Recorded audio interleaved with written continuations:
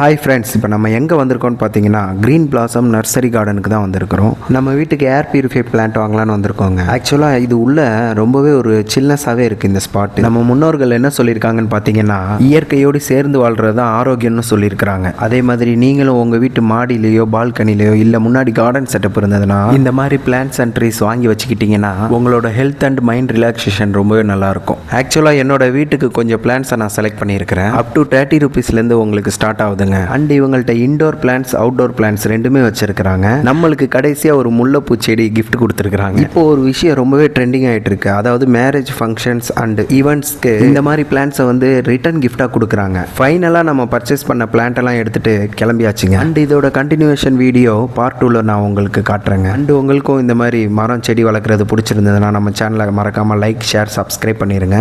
நன்றி, வணக்கம், டாடா. நெக்ஸ்ட் வீடியோவில் மீட் பண்றேன். பாய்.